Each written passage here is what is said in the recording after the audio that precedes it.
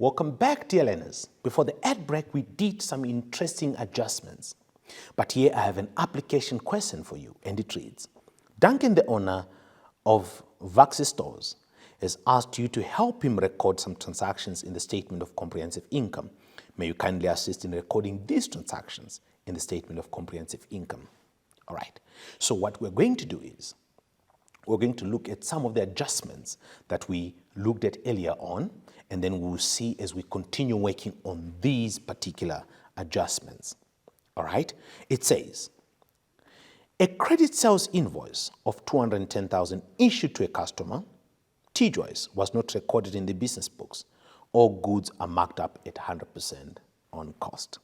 All right? So we need to record this credit sales invoice. Okay? And then we have adjustment number 2, which has to do with goods taken by the owner. Adjustment number 3, which has to do with stock taking, stock on hand at the end of the financial year. Okay, let us begin with the first one. A credit sales invoice of 210,000 issued to a credit customer. T-Joyce was not recorded in the business books. All goods are marked up at 100% on cost. So when goods are sold, it affects 4 accounts. All right, and then I'm going to call these accounts discount. That is your debtors control because sold on credit. Sales, cost of sales, trading stock. And then the invoice is for 210,000. So I'll come here, it will be 210,000 here. And these goods are marked up at 100% on cost. So I need the cost of these goods. So I'll then say what I want is 100 over 200 multiplied by 210,000.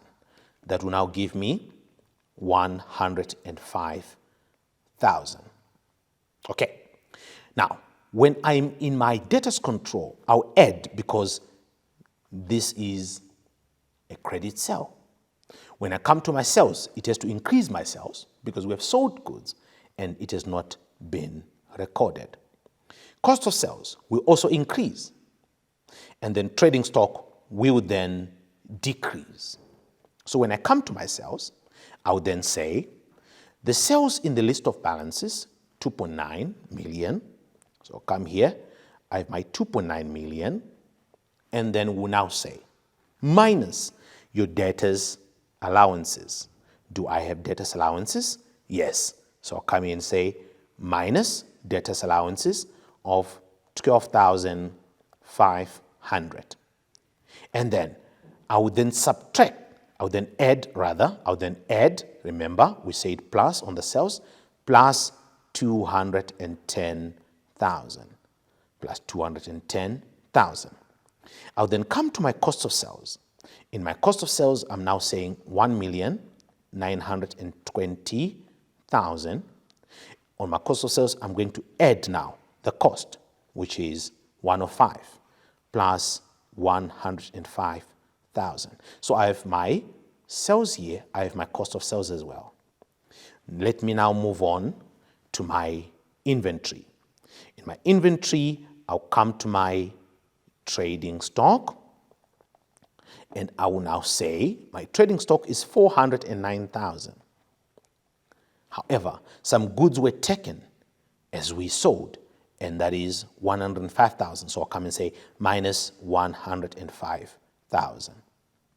Then the next account to be affected is my debtors. So I'll come to trade and other receivables, and I'll take my debtors control. So I'll come here and say debtors control, and my debtors control is 91,000. Then I'll say plus 210,000. This is how I would record it. Once you have done this, it is very important that you continuously practice on such adjustments. So this is what we have done already. Remember, the 210,000 affects your sales and your debtors control. We're adding it. And then the 105,000 affects your cost of sales. In our cost of sales, we are adding it. We add it to our cost of sales, but we subtract it from our trading stock. We add it to our cost of sales, and then we subtract it from our trading stock. All right. The next adjustment reads, no entry has been made in the books to record goods taken by the owner for personal use. Selling price of 14,000. Okay, so once the owner takes goods for personal use, it will not be recorded in the statement of comprehensive income directly. However, it is an effect on what we call trading stock surplus or trading stock deficit. So we must record when the owner takes goods for personal use. The question that I then ask is, when goods are taken, we come here, then we say minus. Then the question then is, what do we subtract? Do we subtract the 14.6 or we subtract the cost price? Because here we're given the selling price. Therefore, we need to get the cost price of these goods. The cost price of these goods. Remember, our markup is 100% on cost. So we'll come here, then we'll now say what we want is 100 over 200. Multiply that by 14,600. I want you to quickly punch that in your calculator. If you say 100 over 200, I'm giving you time to do that, 100 over 200, then multiply that by 14,600. And how much do you get? Someone is saying 7,300. When the owner takes goods for personal use, we record them at cost and not at selling price. So we need to come here and say minus 7,300. Minus 7,300. That is what gets affected. Dear learners, I want to encourage you to continuously practice on these adjustments. But let us see what is on adjustment number 3. All right, remember that is what we did. We record on cost, not the selling price, on cost. Adjustment 3 says the following items were counted at the end of year stock taking. Trading stock and stationery used was 13,400. So when we come here, our trading stock, remember, we had 409, and then there were more goods sold, and these were goods taken. And now we are being told trading stock on hand is 428,600.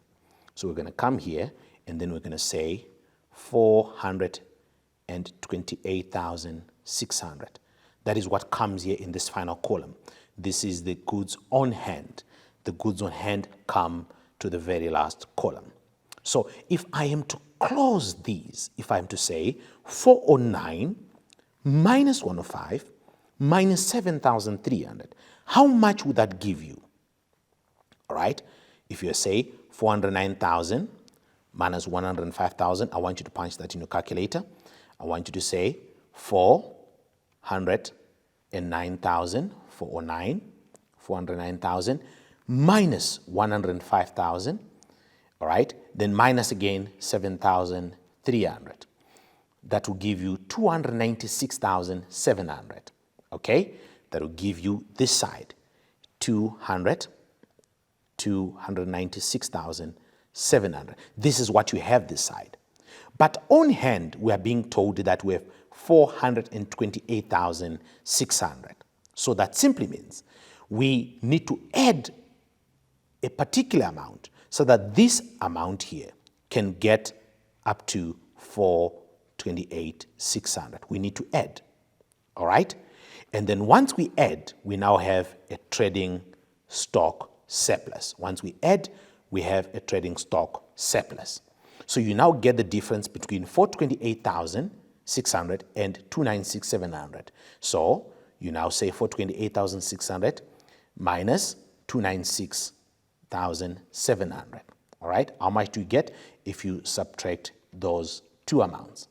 If you subtract them, you then realize that your difference becomes 131,900, 131,900. So we are coming here to say plus 131.9, such that if you take this and you minus this and you minus the 7.3 and you add this, it will give you the 428,600. So the moment you just come and add the moment you just come and add, we now have what is known as a trading stock surplus. Trading stock surplus. And that is what we record now in the statement of comprehensive income under other operating income. Other operating income. Under other operating income, we will come and have trading stock surplus. Trading stock surplus. And on our calculation, our trading stock surplus is 131,900. That becomes our trading stock surplus. Very important that you can only get your trading stock surplus or the deficit once you have recorded all the other adjustments. And when you have stationery used, that then will be recorded in the statement of comprehensive income under what we call operating expenses. Under operating expenses. I'm just going to bring it here. And then you now bring your stationery. You bring your stationery. And the used amount is what goes into the final column. That is your 13,400. Then it simply means what you have here, which is the 15,600, you had to subtract an amount that is your stationery on hand. So if you say 15,600 minus 13,400, you get stationery on hand of 2,200. In this question, we were not given stationery on hand, but we were given stationery used. So it will come in our statement of comprehensive income and our operating expenses. We record stationery, 15,600. Then this 13.4, the used, comes into the final column. Then the difference between them becomes your on hand. Dear learners, let's go for an ad break and I'll see you shortly.